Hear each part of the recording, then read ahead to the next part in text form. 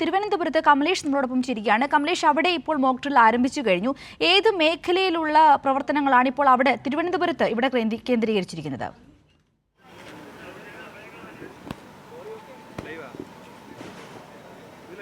സിന്ധൂരി, ഞാനിപ്പോഴുള്ളത് സംസ്ഥാന ദുരന്ത നിവാരണ അതോറിറ്റിയുടെ ഓഫീസിലാണ്. ഇവിടെ കൃത്യം 4 മണിയോടുകൂടി ഈ സൈറൺ മുഴങ്ങി. ഇത് അപകട സൈറനാണ്.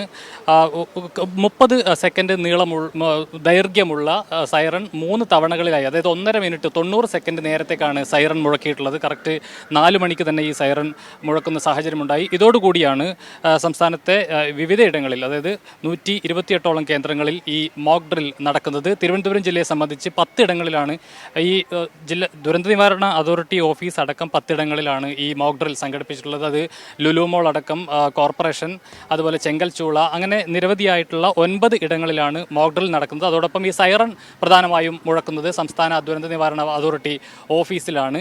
ഇതിൽ പലതരത്തിലുള്ള നിർദ്ദേശങ്ങൾ ഇതുമായി ബന്ധപ്പെട്ട് ദുരന്ത നിവാരണ അതോറിറ്റി നേരത്തെ തന്നെ നൽകിയിട്ടുണ്ട്. അത് കൃത്യമായി പാലിച്ചുകൊണ്ട്, അതായത് ഈ സമയങ്ങളിലൊക്കെ ഒരുപക്ഷെ കുട്ടികളടക്കം സ്കൂളുകളിലോ അല്ലെങ്കിൽ ട്യൂഷൻ സെൻ്ററുകളിലോ മറ്റിടങ്ങളിലോ ഒക്കെ ഉണ്ടെങ്കിൽ അതാത് കെട്ടിടങ്ങളിൽ തന്നെ, ബിൽഡിങ്ങുകളിൽ തന്നെ തുടരണം, പുറത്തിറങ്ങരുത് എന്നതടക്കമുള്ള നിർദ്ദേശങ്ങളുണ്ട്.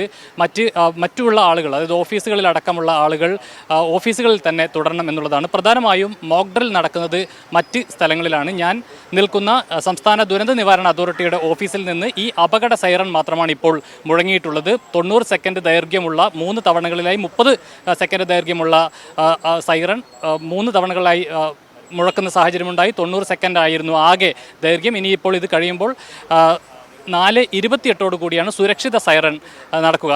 ഈ ഒരു അരമണിക്കൂർ നേരത്താണ് ഈ മോക്ക് ഡ്രിൽ സംസ്ഥാനത്താകെ നടക്കുന്നത്.